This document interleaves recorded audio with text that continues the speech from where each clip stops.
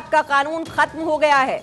2 महीनों से चल रहा था महिलाओं का प्रदर्शन। ये इस वक्त की बड़ी जानकारी, बड़ी खबर, महिलाओं की ये बड़ी जीत है। और लगातार हम आपको किस तरह से विरोध प्रदर्शन वहां पर चल रहे थे हिजाब के खिलाफ, और किस तरह से महिलाएं वहां पर सड़कों पर उतर रही थीं, और कितनी सारी ऐसी वहां पर महिलाएं जिनके खिलाफ ये बदसलूकी और दुर्व्यवहार किया गया था।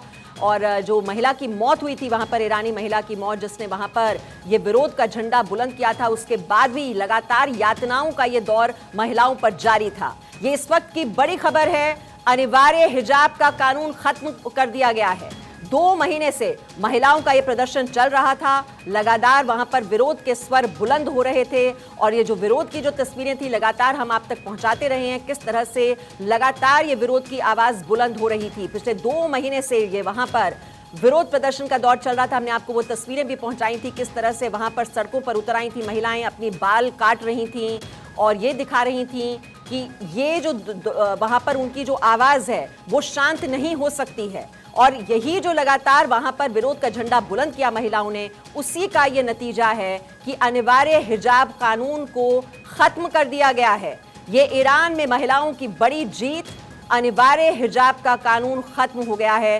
2 महीने से महिलाओं का प्रदर्शन लगातार चल रहा था हिजाब के खिलाफ। तो हिजाब की ये जो लगातार उन पर बंदिश बनी हुई थी कि जहां भी बाहर जाएंगे तो हिजाब पहनकर जाएंगे, उसी के खिलाफ ये आवाज बुलंद हो रही थी। ईरान में लगातार ये विरोध प्रदर्शन वहां पर चल रहे थे, और ये विरोध प्रदर्शन का ही नतीजा है कि अब उनकी आवाज सुनी गई है, और असर ये हुआ है कि वहां पर अनिवार्य हिजाब के कानून को खत्म कर दिया गया है। तो हिजाब की ये बंदिश और इन जंजीरों को तोड़ दिया है ईरान की महिलाओं ने, जिन्होंने हार नहीं मानी। लगातार वहां पर विरोध की आवाज को बुलंद करती रही हैं महिलाएं। लगातार उन पर अत्याचार किए जा रहे थे, यातनाओं के दौर से गुजरती रही ईरान में महिलाएं, लेकिन वो खामोश नहीं हुई, शांत नहीं हुई। और विरोध की जो आवाज है, अब उसका असर हुआ है कि ईरान में अनिवार्य हिजाब के कानून को अब खत्म कर दिया गया है। तो जो बंदिशें थीं, जो जंजीरें थी गुलामी की, उनको तोड़ दिया है ईरान की महिलाओं ने। तो बहुत बड़ा संदेश और बहुत बड़ा संकेत भी मिलता है कि लगातार जब आप विरोध की आवाज बुलंद करते हैं तो उस आवाज को खामोश बहुत देर तक नहीं किया जा सकता, लेकिन लगातार ये आवाजें वहां पर उठती रहीं। 2 महीने से लगातार वहां पर ये प्रदर्शन चल रहे थे, और उसी का नतीजा है कि वहां पर महिलाओं के लिए ये बड़ी जीत नसीब हो पाई है। हमारे साथ न्यूज रूम से मेरी सहयोगी इस वक्त पूजा भी जुड़ चुकी हैं। पूजा, हम देख रहे थे, लगातार हम तस्वीरें अपने दर्शकों तक पहुंचा रहे थे, किस तरह से विरोध का झंडा बुलंद किया हुआ था ईरान की महिलाओं ने। 2 महीने से यह विरोध प्रदर्शन, और उसी का नतीजा कि अनिवार्य हिजाब का कानून जो इतने सालों से वहां पर लागू था, ये जो बंदिशें थी, ये जो गुलामी की जंजीरें थी, वो आखिरकार तोड़ दी ईरान की महिलाओं ने। देखिए, बिल्कुल ये एक बहुत बड़ी अचीवमेंट कहा जा सकता है। ईरानी महिलाओं ने जो अपने लिए संघर्ष किया, उनका संघर्ष आखिरकार परवान चढ़ा, और जिस हिजाब से वो मुक्ति चाहती थी, उस हिजाब से अब उनको मुक्ति मिल चुकी है। बड़ी बात यह है कि हमने देखिए हिजाब के नाम पर किस तरीके के अत्याचार महिलाओं के साथ में किए जा रहे थे, उनको जेल में डालना, एक की मौत हो जाना, फिर उसके लिए संघर्ष करना, सड़कों पर महिलाओं का उतरना, हिजाब की खिलाफत करना। अब जाकर उनका ये संघर्ष कामयाब हुआ है, और आज़ादी की जिस जंजीर के लिए वो लगातार, आज़ादी के लिए जिस तरीके से वो लड़ रही थी, जिस जंजीर को वो तोड़ना चाहती थी, आखिरकार उस जंजीर को तोड़ने में वो कामयाब रही हैं। और एक बहुत बड़ा अचीवमेंट है। हमने 2 महीनों का वो पूरा संघर्ष देखा है, जिसकी गूंज पूरी दुनिया भर में सुनाई दे रही थी। और बड़ी बात यह है कि अब उनका ये संघर्ष कामयाब हुआ है।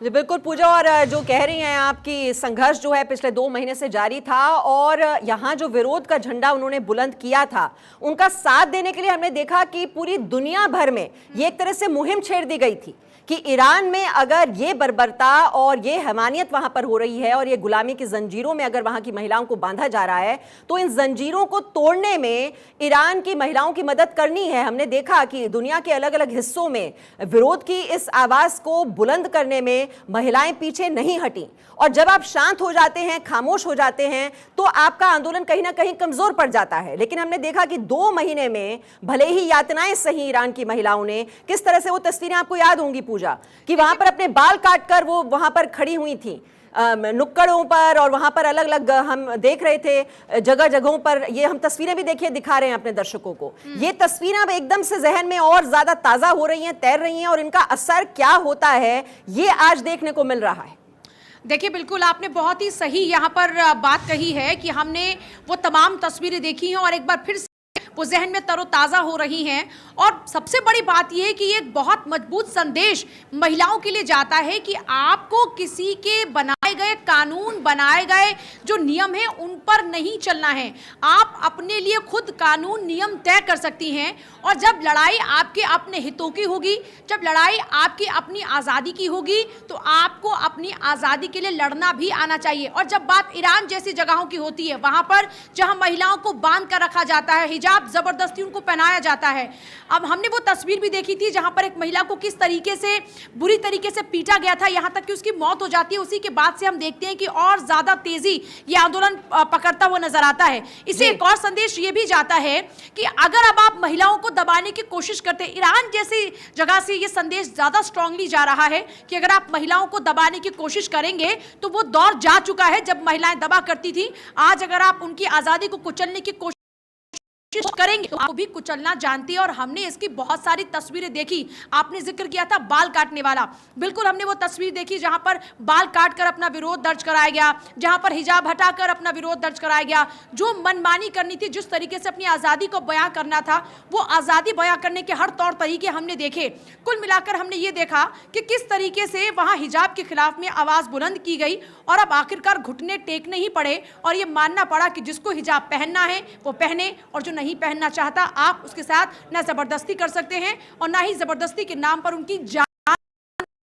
और 40 साल पुराना है ये हिजाब का कानून ईरान में, और किस तरह से लगातार वहां पर महिलाओं ने जो विरोध प्रदर्शन किया और उसी का नतीजा कि ईरान की सरकार को वहां पर झुकना पड़ा है और जो अनिवार्य हिजाब कानून वहां पर बनाया गया था अब वो वहां से हटा दिया गया है। इस बीच एक और बड़ी खबर है जो हम बात करें कि महिलाओं को किस तरह से दबाया जाता है, उसी का एक और नमूना आपको बता दें। अहमदाबाद शाही इमाम की ओर से विवादित बयान, महिलाओं को टिकट देना धर्म के खिलाफ है, टिकट देने से मजहब कमजोर होता है। अहमदाबाद के शाही इमाम हैं शबीर अहमद और उन्हीं की ओर से ये बयान दिया गया है कि टिकट देने से मजहब कमजोर होता है। अब ये टिकट दी जाएंगी अगर महिलाओं को तो उससे मजहब कमजोर हो जाएगा। अब इसके पीछे का लॉजिक क्या है ये तो इमाम ही बता सकते हैं। अहमदाबाद के शाही इमाम हैं शबीर अहमद जिनकी ओर से ये बयान दिया गया है कि महिलाओं को टिकट देना मजहब को कमजोर करने जैसा है, धर्म के खिलाफ है टिकट देना। इसलिए जो कोई भी औरतों को जो है टिकट देते हैं वो इस्लाम के खिलाफ जो है बगावत करते हैं। समझ गया? इस्लाम के खिलाफ उनका ये अमल है। आपको मर्द नहीं है कि आप औरतों को ला रहे हैं, इससे हमारा मजहब कमज़ोर होगा।